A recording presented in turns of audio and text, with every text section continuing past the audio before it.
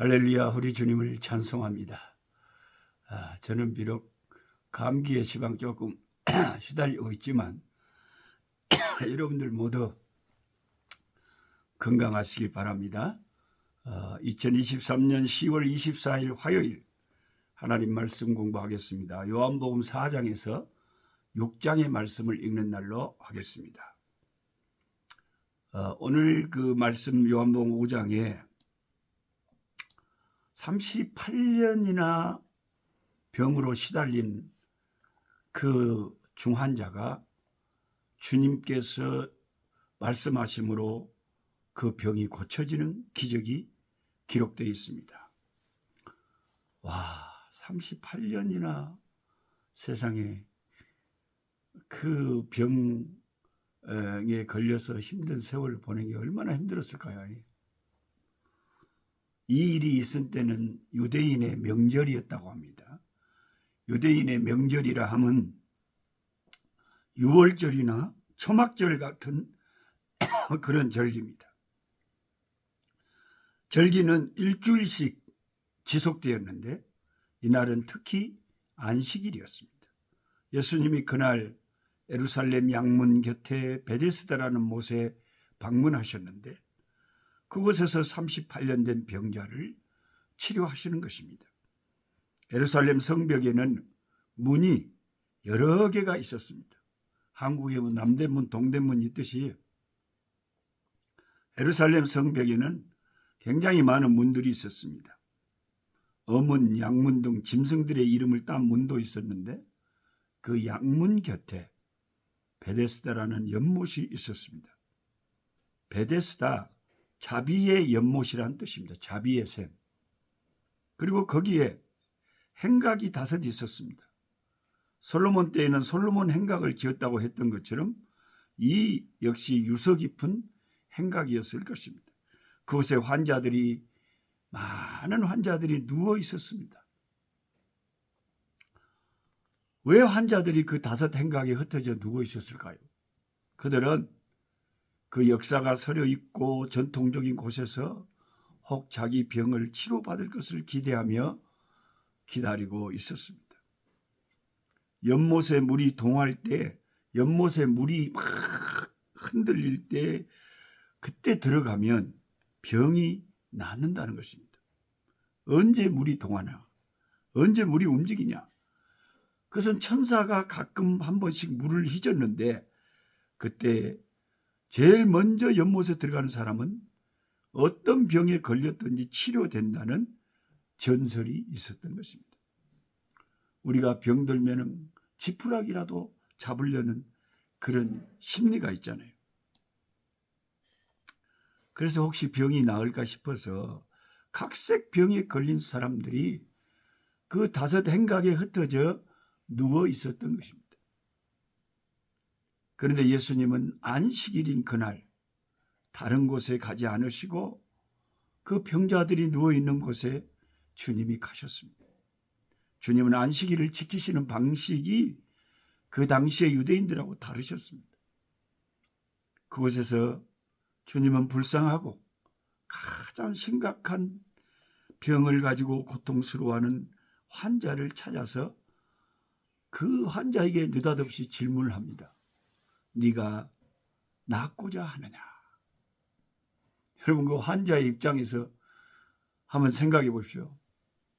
38년이나 그 무서운 질병으로 앓고 있는데 전혀 모르는 어떤 분이 오셔서 자기한테 다짜고짜 물어봅니다. 너 낫고 싶어?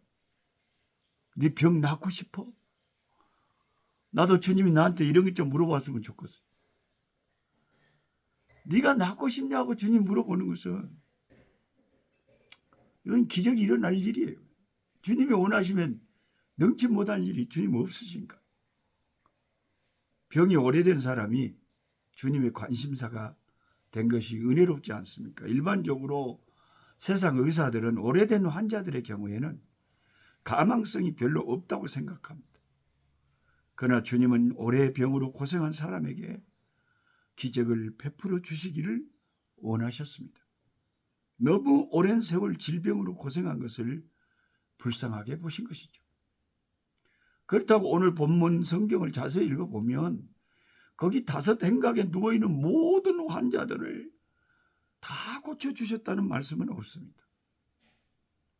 그러니까 우리가 이것은 하나님의 절대 주권에 속한 일이기 때문에 우리가 어떻게 따질 수가 없어요.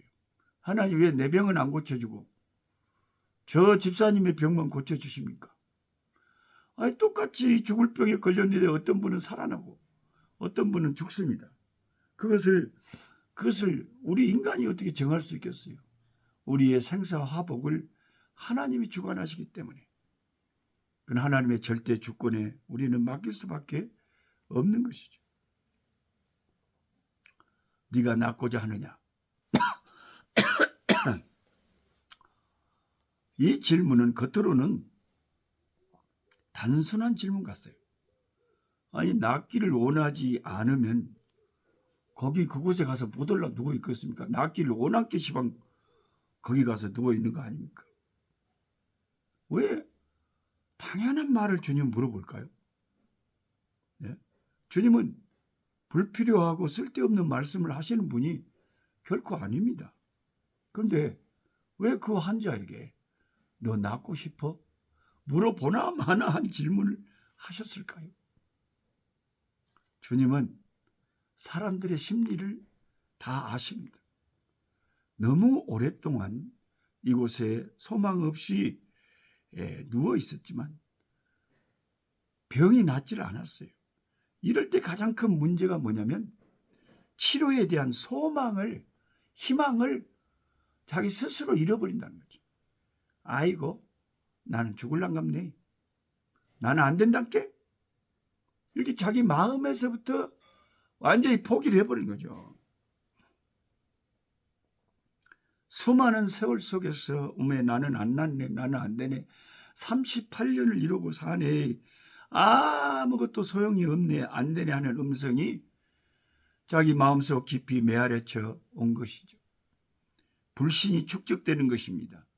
사탄은 우리 속에 불신을 심어 우리를 아예 무능하게 만들고 우리로 다시는 온전하게 되고 소생될 것이라는 소망을 잃어버리게 만드는 것이 사탄입니다.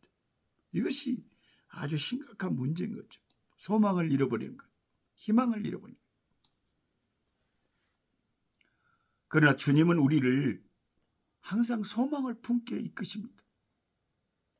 창조자의 형상을 따라서 아담처럼 거룩하고 순수하며 하나님과 정말 좋은 관계를 가지면서 예수 안에서 살 수 있도록 회복될 가능성을 목표로 우리를 구원하신 것이죠. 그런데 우리는 죄를 오래 짓다 보니 죄가 우리를 무능하게 만들어 버립니다. 남들에게 친절히 대하고 위로해주고 좋은 말을 해주고 싶은데 시험에 든 영혼은 미운 말이 나오고 상처 주는 말이 나오고 판단하고 비판하는 말이 나오고, 그래서 내가 내 맘대로 잘 안 되는 거예요. 주님은 하루에 70번씩 7번이라도 용서해 주라고 하시는데 우리는 진짜 내가 미워하는 사람은 쉽게 용서가 잘 안 되는 것이죠. 그래서 네가 낫고자 하느냐, 이 한마디 말씀은 정말 중요한 질문입니다. 오늘 얼마나 많은 사람들이 병에 걸려 오래되면 다른 치료해 줄 사람을 의지하는지 자기 마음속에는 다 포기를 해버리고, 이것은 이제 자포자기 상태에서 누군가가 뭔 일을 해주지 않으면 나는 가망이 없어 하고 자기 자신을 완전히 포기해버립니다. 그러나 주님은 네 믿음이 너를 구원했다, 네 믿음이 너를 치료했다 하는 말씀을 하시고 싶은 거예요. 그러니까 네가 먼저 낫고자 하는 그런 생각과 주님을 의지하는 믿음이 생겨야 된다는 거죠. 세상 격언에도 하늘은 스스로 돕는 자를 돕는다는 말이 있습니다. 자기 스스로 일어나려고 의지가 없는 자는 길이 없다는 거죠. 그래서 주님은 먼저 네가 정말 낫고 싶으냐? 정말 너 치료되고 싶어? 라고 물으셨던 것입니다. 그것은 그의 잠자던 그 희망을 깨워주는 말씀입니다. 그럴 때 이 병자는 어떤 생각이 듭니까? 아니, 그럼 나 같은 사람도 나을 가능성이 있다는 말입니까? 라는 생각이 다시 들 수가 있다는 거죠. 다 포기해버렸는데 예수님이 낫고 싶으냐 물어보니까 이건 나도 나을 가능성이 있다는 말입니까? 예수 그리스도의 은혜는 율법이 아니에요. 연못에 들어갈 필요가 없습니다. 아무것도 할 필요가 없어요. 주님의 말씀이 한마디 떨어지면 그 자리에서 그가 낫습니다. 요한복음 5장 7절에 병자가 대답하되, 자, 네가 낫고 싶으냐 하는 주님의 질문에 병자의 대답을 들어보세요. 아니, 하면 될 건데 뭐라 그럽니까? 주여, 물이 동할 때에 나를 못에 넣어줄 사람이 없어서 내가 가는 동안에 딴 사람이 먼저 내려갑니다. 이런 대답을 합니다. 대답하는, 그래서 신앙은 신앙 고백이 중요한데 이 병자의 고백 속에는 전혀 예수님의 능력에 대한 사항을 고려 안 하고 그냥 일반적인 상식적인 이야기만 하는 거예요. 자기 관념과 자기 사상 체계에서 금방 벗어날 수 있는 사람은 없습니다. 그가 얼마나 오랫동안 베데스다의 문화에 젖어 있었습니까? 천사가 내려와 못이 동할 때 못에 제일 먼저 들어가는 자가 낫는다 하는 것이 그가 치료에 대해서 아는 전부였습니다. 다른 방법을 그는 몰랐습니다. 그 말을 듣고 요한복음 5장 8절에 예수님께서 가라사대, 일어나 네 자리를 들고 걸어가라. 놀라운 말씀이 예수님의 입에서 떨어집니다. 38년을 누워있는 그 병자에 일어나서 네 누웠던 자리를 들고 걸어가라. 창조의 말씀, 없는 것을 있게 하시는 능력과 권능의 말씀.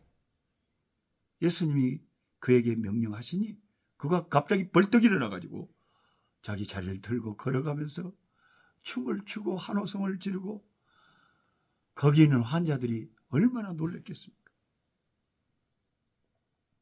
주님은 먼저 다른 사람이 내려간다는 그 말에는 대답도 안 하셨습니다. 그런 것은 예수님이 관여하실 일이 아닙니다.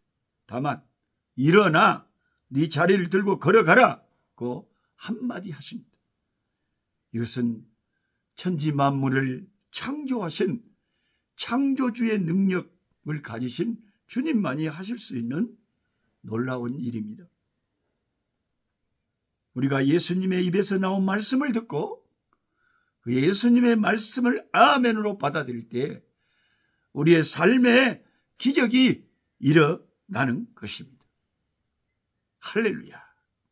오늘 저와 여러분 가운데 38년을 베데스다 연못에서 소망 없이 누워있는 그 병자와 같은 우리들의 영혼, 우리들의 심령, 우리의 질병이 주님의 한마디 말씀으로 치료되는 기적이 일어나기를 축원합니다. 오 주여, 우리를 고쳐주시옵소서. 하나님 아버지, 주님의 놀라운 역사를 봅니다. 그때 주님이 그 양문곁 베데스다 연못 5 행각의 환자들을 찾아가셨던 것을 저희들의 성경을 통해서 봅니다. 주님이 지금도 이스라엘 그곳에 계신다면 얼마나 많은 환자들이 주님을 찾아가겠습니까? 주님만 만나면, 주님이 말씀만 하시면 우리가 나을 줄로 믿습니다. 주여, 우리의 가련한 질병들, 우리의 가련하고 약한 것들 보시고 주님 말씀하셨어요. 천지 만물을 지으신 그 능력의 말씀으로 우리의 고통들을 제하여 주시고 우리를 치료하여 주시고 우리에게 회복의 은혜를 베풀어 주시옵소서. 소망 없는 자들에게 소망이 생기게 하여 주옵소서. 주님 역사해 주옵소서. 예수님의 이름으로 기도하옵나이다. 아멘. 약한 자 힘주시고 강한 자 바르게 주 혼자 정택함이 주님의 뜻이라. 해 아래 압박 있는 곳 주 거기 계셔서 그 팔로 막아 주